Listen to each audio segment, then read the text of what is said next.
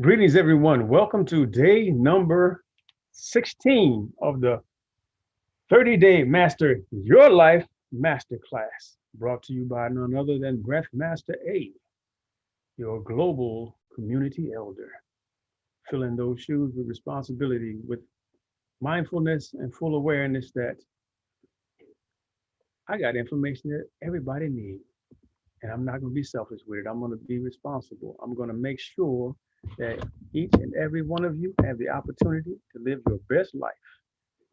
This information that I'm sharing will allow you to master life in this vehicle that we call the body in order for you to have the best quality experience from this day and beyond till the very end, where you won't have to suffer. You can just go to sleep when it's done. And people will say, job well done. So, where are we as far as day 16? We are just past the halfway mark. We're beginning the second half.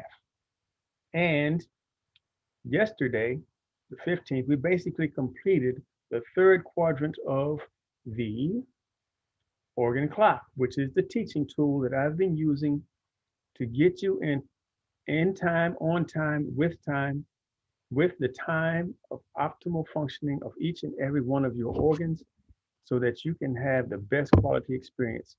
When we're on time, when we're in time, things just flow smoothly.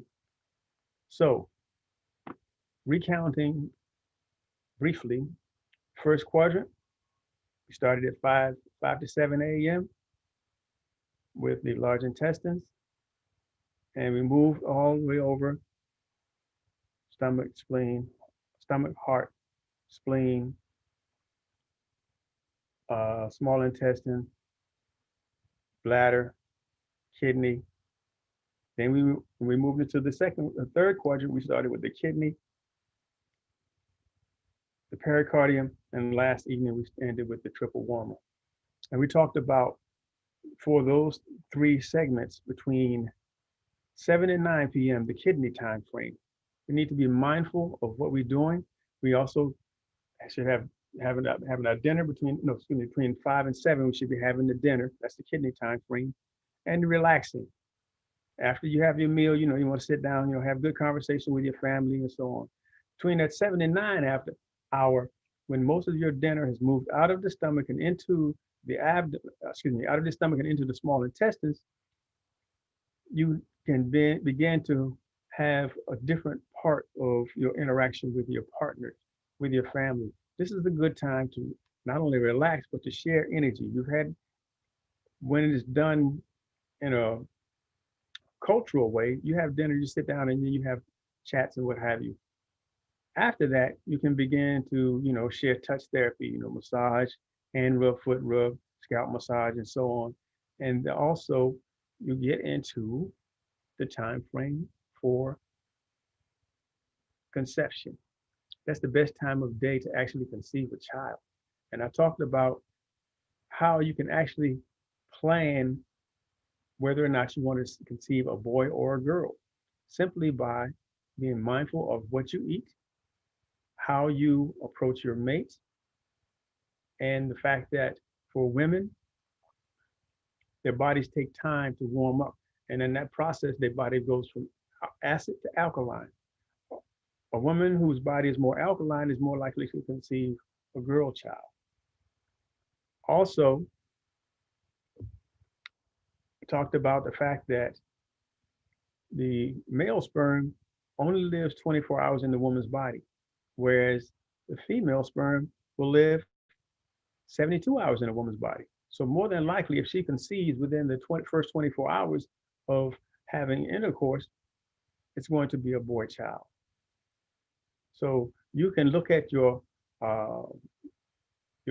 biological your fertility clock, women who are looking to conceive, and work within that time frame. Also, we talked about better ways to prepare for that. If you are on that journey, you need to prepare your body for that situation. You don't want to go into that willy-nilly and have all kinds of things in your bloodstream and what have you that goes for men and women, and then you wind up with poor material to create a life. I'll just put it like that. Okay. So we move from the pericardium time frame between 7 and 9 into the time frame of 9-11 at the bottom of the hour, at basically pretty much coming to the end of that 24-hour clock that is normally from 12 to 12. We're looking at the odd hours because the organs have these odd hour time frames.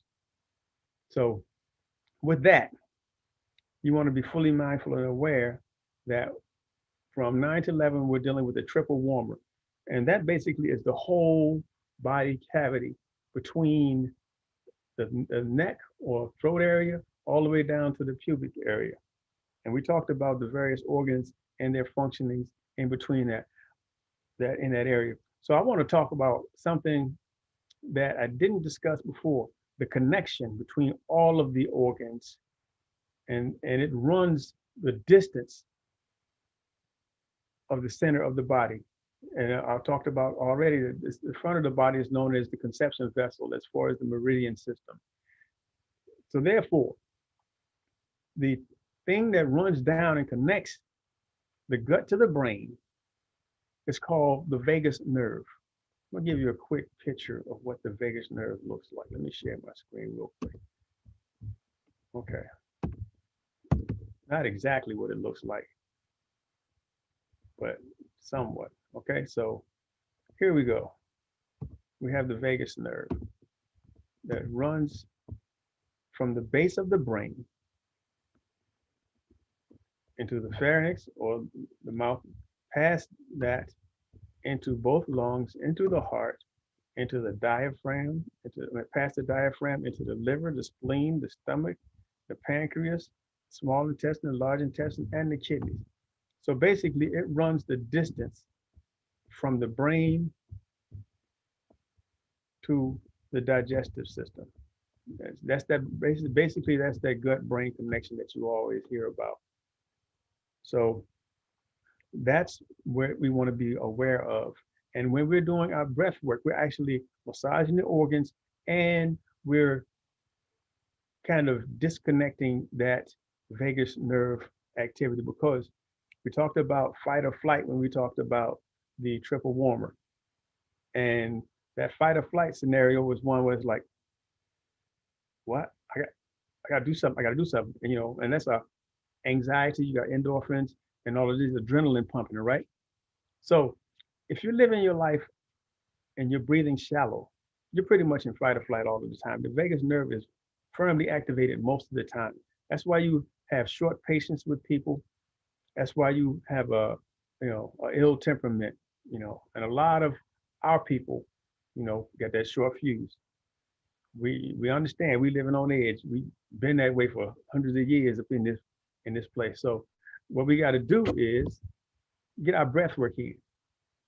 So that breath master technique that I shared with you several times over, you can go back, review the previous videos on YouTube, Breath Master 8, YouTube, for those folks watching on Facebook. Watch those videos and you'll get in that technique and a number of other things.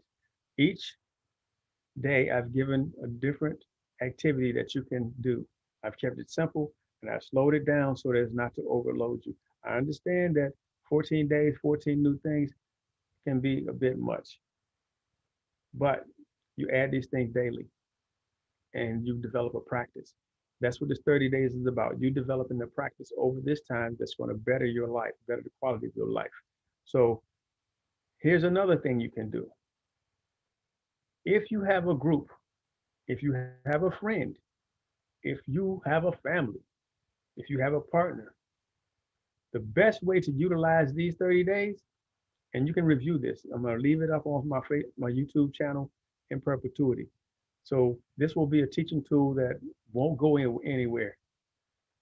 You can have a watch party. You can have a watch party of 2. Put that YouTube up on your television and just pick one of those videos. Start with the first one, would be the best, and then just review and watch that with your partner. If you have a family, you can sit down and watch, your children. This is a good way to educate children so they don't wind up making the same mistakes that we've made in our adult lives. A lot of times we pass on bad habits because we don't know any better. Don't know any better, can't do any better. This is an opportunity for you to know better and do better. And you don't have to know it all. All you have to do is put this up on the screen and air it in front of your children and have a discussion. One of my favorite catchphrases in here is ask your device. While you all are watching the screen, if there's something that comes up and you need additional information, because of course only doing this on a short time frame, but I'm giving you pointers that you can ask more questions. You can ask your device anything, and it will answer almost everything because it's a database that has practically all of the knowledge that is known, or at least probably, I guess, 70-80% of the knowledge that has become trivia, and probably about 90 to 98% of pertinent knowledge when it comes to maintaining the body. So you can ask your device anything about the human body and it will come with a response. You can have that as a teaching tool for your family. So say, for instance, I talked about the breath master technique. If I don't review it here, if I don't review it adequately, you can ask your device, breath master technique.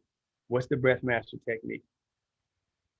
And if it shows me, then you can click whatever link and go directly to one of my YouTube sessions where I'm sharing the breath master technique.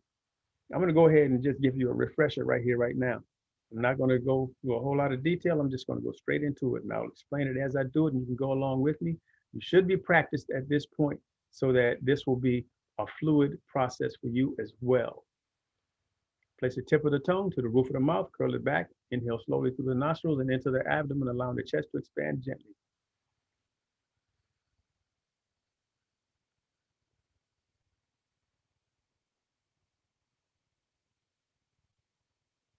Release the tongue, drop the jaw, exhale with a gentle, keeping that H sound prominent.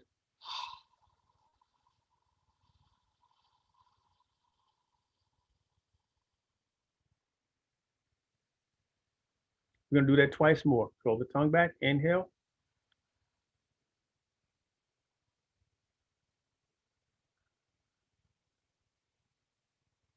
Release the jaw, drop the tongue, exhale.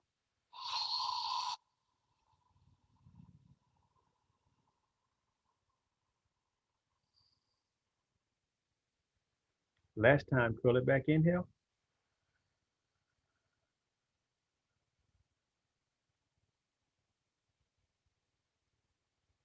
Release the tongue, drop the jaw, exhale.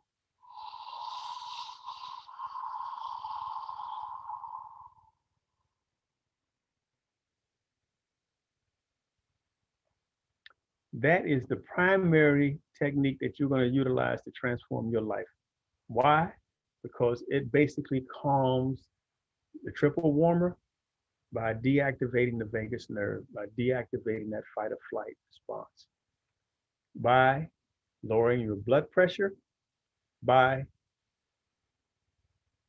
bringing down the endorphins, is increasing the melatonin and serotonin.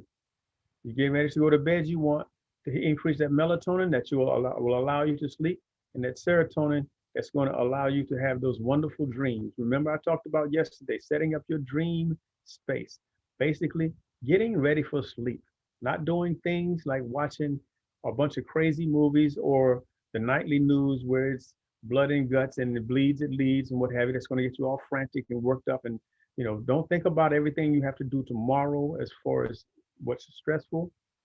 Think about the calm, think about the relaxed, and better yet, don't even think. Just breathe. Breathmaster A, your global community elder, giving thanks for this opportunity to share this information with you, hoping that you will use it as a guide for yourself, your friends, your family, loved ones, and your enemies to increase and create a better quality of life for yourself and all that around you. Peace, love, and respect.